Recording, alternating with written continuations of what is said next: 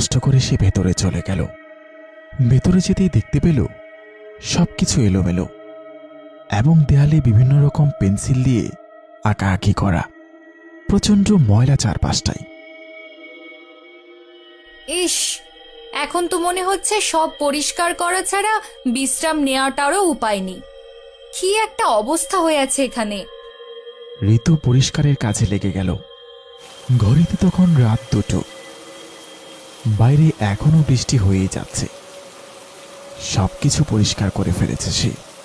তারপর শুয়ে পড়ল বিছানায়। কখন যে ঘুমিয়ে পড়ল জানা নেই।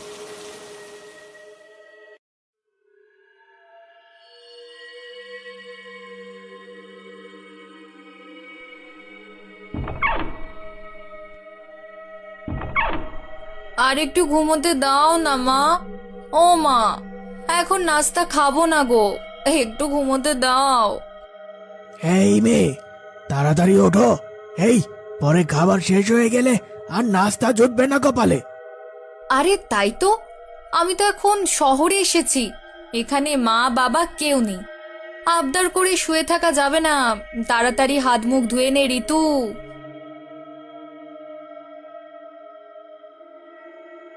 এত বেলা পর্যন্ত ঘুমিয়ে থাকলে চলবে? নিয়ম কানুন বলেও তো কিছু আছে নাকি?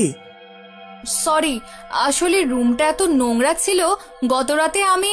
কোনো কথা শুনতে চাই না, তাড়াতাড়ি নিচে আসো, নাস্তা খেয়ে নাও, নইলে উপোস থাকো বাপু, আমার কি।